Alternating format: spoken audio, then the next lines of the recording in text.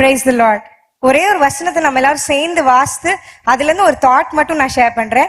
Not more then 5 minutes நான் எடுக்க மாட்டேன். ஓகே, பைபிள்ல நீதிமொழிகள் 21ஆம் அதிகாரம் 31வது வசனம். இது பைபிள திறக்கவே வேணாம், நம்ம எல்லாருக்குமே தெரிஞ்ச ஒரு வசனம் தான். எடுத்தவங்க எல்லாம் சேர்ந்து என் கூட வாசிக்கிறீங்களா? குதிரை யுத்த நாளுக்கு ஆயத்தமாக்கப்படும், ஜெயமோ கர்த்தரால் வரும். எல்லாரும் சேர்ந்து வாசிக்கலாமா? குதிரை. ஓகே, இந்த வசனம் தெரியாதுன்னு நம்ம யாருமே சொல்ல முடியாது. இந்த வசனம் இந்த 2 மாசத்துக்கு முன்னாடி நம்ம எல்லாருமே ஒரு எக்ஸாம் அட்டென்ட் பண்ணிப்போம். எந்த எக்ஸாம் எழுதினாலும் இந்த வசனத்தை தான் நமக்கு ப்ரேயர் பண்ணி யாருனாலும் சொல்லுவாங்க, கரெக்டா? ஸோ எக்ஸாமுக்கு முன்னாடி எல்லாமே இந்த வசனம் படிச்சிருப்போம். இந்த வசனத்தோட ஃபர்ஸ்ட் பார்ட் மட்டும் நான் கொஞ்சம் ஷேர் பண்றேன். குதிரை யுத்த நாளுக்கு ஆயத்தமாக்கப்படும், ஜெயம் கர்த்தரால வரும். ஸோ 50-50 தான். ஆண்டவர் ஜெயத்தை தராரு, அவரோட பார்ட் 50னா மிச்ச 50 பார்ட் நம்ம பண்ண வேண்டியது. ஸோ இந்த குதிரை யுத்த நாளுக்கு எப்படிலாம் ஆயத்தமாக்கப்படும் அப்படின்னா நிறைய இருக்கு. கடிவாளம் போடுவாங்க, அந்த ஹார்ஸோட பாடியில உள்ள ஹேர் எல்லாம் ஷேவ் பண்ணுவாங்க, அதுக்கு மேல நல்லா வெயிட் வச்சு பழக்குவாங்க, டெய்லி அது ஓடி பழகும். நிறைய விதமான ஹார்ஸ் ட்ரைனிங் இருக்கு. ஹார்ஸுக்கு நிறைய ட்ரைனிங் கொடுத்துதான் ஒரு பேட்டில் ஃபீல்ட்ல ஒரு ஹார்ஸை வந்து அனுப்புறாங்க. ஆனா இன்னைக்கு நான் சொல்ல போறது ஹார்ஸோட ஹூஃப்.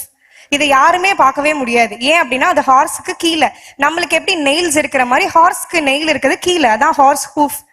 அதுல ஹார்ஸுக்கு ஒரு ஷூ போடுவாங்க. இதை நம்ம எல்லாருமே பார்த்துருப்போம்ல, யூ ஷேப்ல இருக்கும், ஹார்ஸ் ஷூன்னு சொல்லுவோம். இத அந்த ஹார்ஸோட ஹூஃப்ல ஃபிட் பண்றதுக்கு அவங்க நிறைய ப்ராசஸ் வச்சிருக்காங்க. இந்த ஹார்ஸ் ஹூஃப்ல ஃபிட் பண்ணிட்டு அது ஓடுற சவுண்ட் இருக்குல்ல, நான் கொஞ்ச நாளைக்கு முன்னாடி நான் அதை ப்ரிப்பேர் பண்ணும்போது அந்த சவுண்ட் எப்படி இருக்கும் அப்படின்றத நான் யூடியூப்ல போட்டு பார்த்தேன்.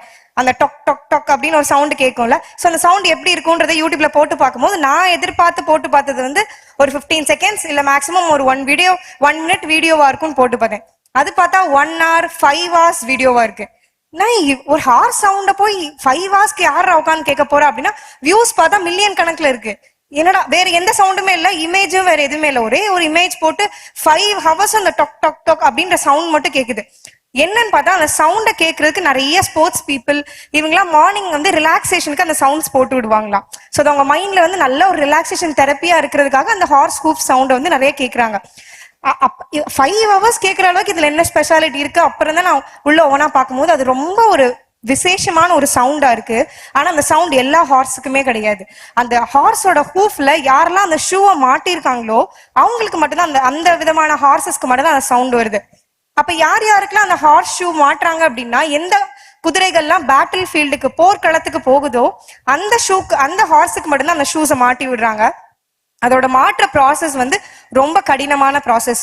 அது ஒரு தீல வச்சு ஒரு அக்கினினால சுட்டெடுத்து அதோட காலை பிடிச்சு வச்சுட்டு தான் அதை மாட்டுவாங்க. ஏன் அப்படின்னா அது மாட்டும் போது காலை விடக்கி உதச்சிரும் அப்படின்னு சொல்லிட்டு. ஆனா அதை மாட்டி விட்டா மட்டும்தான் அந்த ஹார்ஸை வந்து அவங்க போருக்கு அனுமதிப்பாங்க. அப்பதான் அது போய் சண்டை போடுறதுக்கு அந்த குதிரை போலாம். இதை நான் ஏன் இங்க சொல்ல வரேன் அப்படின்னா, குதிரை யுத்த நாளுக்கு ஆயத்தமாக்கப்படுது. யுத்த நாளுக்கு ரொம்ப ஈஸியா ரன்னிங் மட்டும் அந்த ஹார்ஸுக்கு பத்தாது, அந்த ஹார்ஸ்க்கு கடிவாளத்தை மட்டும் போட்டா பத்தாது, ஹார்ஸ் வெயிட் பேரிங் மட்டும் பத்தாது. அந்த ஹார்ஸ் அந்த ஹூஃப்ல ஷூ போட்டிருக்கணும். கண்டிப்பா அந்த ஷூ போட்டா மட்டும்தான் அதுக்கு மேல ஒரு வீரன் உட்கார்ந்து அந்த ஹார்ஸை வழி நடத்துவாங்க, அந்த ஹார்ஸ் முன்னாடி போகும். அதே மாதிரிதான் நம்ம ஒரு யுத்த களத்துக்கு தான் நம்ம ரெடி ஆயிட்டு இருக்கோம். நம்ம ஒரு யுத்த களத்துக்குள்ளதான் ஆல்ரெடி நம்ம இருக்கோம். ஒரு சின்ன பேட்டிலா இருந்தாலும் சரி, பெரிய பேட்டிலா இருந்தாலும் சரி, இந்த உலகத்துல எல்லா இடத்துலயுமே குதிரையை வந்து யூஸ் பண்றாங்க. ஆனா அந்த குதிரையோட குழம்பு ரொம்ப விசேஷமானது. பைபிள்ல கூட ஏசாயால போட்டிருக்கு, குதிரையின் குழம்புகள் கற்பாறையாக எண்ணப்பட்டவைகள் அப்படின்னு சொல்லிட்டு. அவ்வளவு தூரம் அது ஹார்டா இருக்குது. அந்த ஹார்ட்னஸ் எப்படி வருதுன்னா அது ஒரு தீனால ஒரு அக்னினால அதை வச்சு ஃபிட் பண்ணும் போதுதான் அது அவ்வளவு பவர்ஃபுல்லா ஓட ஆரம்பிக்குது. ஒரு குதிரையோட நம்ம கார்லாம் வாங்கும் போது இதுக்கு ஹார்ஸ் பவர் எவ்வளவுன்னு தான் கேட்டு வாங்குறோம்ல. ஏன்னா அந்த குதிரையோட வேகம் தான் இருக்கலே ரொம்ப பெரிய வேகமா சுட்டி காட்டப்படுறாங்க. அதுதான் அவ்வளவு ஃபாஸ்டா அதால ஓட முடியும் அப்படின்னு சொல்லிட்டு. நம்மளும் அப்படிதான். குதிரை யுத்த நாளுக்கு ஆயத்தமாக்கப்படுது. நம்ம ஒரு யுத்த நாளுக்கு ஒரு நாளுக்கென்று நம்ம ஆயத்தமாக்கப்படும் போது அதோட ப்ராசஸ் ஈஸியாவே இருக்காது. கண்டிப்பா அது டஃப்பான சிச்சுவேஷனை தாண்டி தான் போக முடியும். ஆனா அந்த டஃப்பானதை தாண்டி போகும்போது அந்த ஜெயம் கர்த்தரால வரும். ஒவ்வொரு எக்ஸாம் ப்ரிப்பேர் பண்ணும்போது சரி, என்னைக்காச்சும் ஆண்டவர் சொல்லியிருக்காரா நான் உனக்காக பாத்துக்கிறேன், நீ சும்மா போய் எக்ஸாம் எழுது அப்படின்ட்டு? இல்லவே இல்லை. நம்ம கண்டிப்பா நம்மளோட பார்ட்டை செய்யணும். நம்மளோட பார்ட் எவ்வளவு கடினமா இருந்தாலும் பரவாயில்ல, எவ்வளவு முடியுமோ நம்மளோட பெஸ்ட்டை போடும் போது ஆண்டவர் அவளோட பெஸ்ட்டை போடுறதுக்கு அவர் ரெடியா இருப்பார். ஆனா நம்ம ஒப்பு கொடுக்கணும்.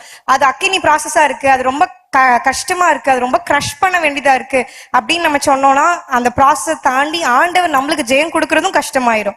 நம்மளும் நம்மளை விட்டு கொடுத்து ஆண்டவரோட கையில எவ்வளவு கஷ்டமா இருந்தாலும் ப்ராசஸ் பரவாயில்ல ஆண்டவரே நீங்க என்ன எடுத்து பயன்படுத்துங்க அப்படின்னு சொல்லும் போது குதிரையை யுத்த நாளுக்கு ஆயத்தமாக்க பண்ணி ஜெயத்தை கர்த்தரால கொடுப்பாரு.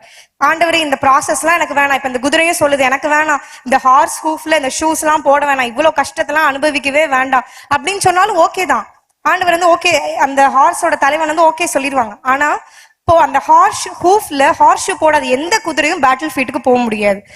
எந்த யுத்த களத்துக்கும் அந்த குதிரையை இப்போ அவங்க யாருமே நிப்பாட்ட மாட்டாங்க. இல்ல இந்த குதிரை வேணாம், இந்த குதிரை காலில் வந்து அது கடிவாளம் ஹார்ஸ் ஷூ போடாம வந்திருக்கு, இந்த குதிரையை அலோ பண்ணாதீங்க அப்படின்னு சொல்லிடுவாங்க. ஸோ ஒரு யுத்த களத்துல நிக்கிறோம் அப்படின்னா அந்த கஷ்டமான அந்த ஹார்ஸ் ஷூ அது போட்டுதான் போகணும். இது வெளியில இருக்க யாருக்குமே தெரியாது. வெளியில பாக்குற அந்த குதிரையை பாக்குறவங்க எல்லாம் இது அழகா இருக்கு, இது இந்த கலர்ல இருக்கு, இவ்வளவு ஹேர் இருக்கு இப்படிதான் சொல்லுவாங்க. ஆனா அந்த ஹார்ஸோட காலில் மாட்டிருக்கிறது அந்த ஒரே ஒரு ஆளுக்கு தான் தெரியும். யார் அப்படின்னா அந்த குதிரையை நடத்தி கொண்டு போற அந்த வீரனுக்கு தான் தெரியும். நம்ம ஹார்ஸு கீழே ஒரு ஹார்ஸ் ஷூ போட்டிருக்கு, அதனால மட்டும்தான் நாங்க வேகமா ஓட போறோம். ஏன் இதை போடுறாங்க அப்படின்னா அடுத்து வர ஏன்னா பேட்டில் ஃபீல்டு சமமா ஒரு பிளெயினா இப்ப நம்ம கிரிக்கெட் ஸ்டேடியம் இருக்க மாதிரி ஸ்மூத்தாலாம் இருக்காது. அது நிறைய மேடுகள் பள்ளங்கள், இதை தாண்டி தான் அந்த ஹார்ஸ் ஓடி ஒருத்தவங்களை ஜெயிச்சுட்டு வரணும். சோ அடுத்து நடக்க போற எல்லா கஷ்டங்களையும் ஜெயிக்கிறதுக்காக வேண்டிதான் முன்கூட்டி அந்த குதிரை வீரன் வந்து அந்த குதிரையோட காலில் அதை போட்டு விடுறாங்க. இந்த ப்ராசஸ் என்னதான் டஃபா இருந்தாலும் அடுத்து அவங்க ஸ்டெப் பண்ற பாத்வே அதுக்கு ரொம்ப ஈஸியா இருக்கும். ஏன்னா அது காலில் ஹார்ஸ் ஷூ இருக்கு. அதே போல நம்ம வாழ்க்கையிலையும் ஃபர்ஸ்ட் ஒரு கிரஷிங் பார்ட் இருக்கலாம். ஆண்டர் நம்மள எதுலையாவது கிரஷ் பண்ணி ஆண்டர் இதுக்கு மேல எனக்கு சக்தியே இல்ல ஆண்டவரே அப்படின்ற அளவுக்கு நம்ம ஒரு ப்ராசஸ்க்குள்ள போகலாம். ஆனா அதை கடந்துட்டோம் அப்படின்னா அடுத்த ஒரு முடிவு அது மகிமையா இருக்கும். ஜெயம் கர்த்தரால கண்டிப்பா வரும். கடைசி அந்த வசனத்தை எல்லாம் நம்ம சேர்ந்து வாசிக்கலாமா? குதிரை யுத்த நாளுக்கு ஆயத்தமாக்கப்படும், கர்த்தரால் வரும். ஆமே, நம்ம ஆண்டோட கையில விட்டு கொடுத்து ஆண்டவர் நம்மளை எவ்வளவு அக்கினியா எரிய வைக்கிறாரோ ஆண்டோட கரத்துல நம்ம ஒப்பு கொடுத்தோம்னா போதும், அந்த கட்டையா நம்ம மாறினா போறோம். கர்த்தரோட கருத்துல இருந்து கண்டிப்பா நமக்கு ஜெயம் வரும். தேங்க்யூ.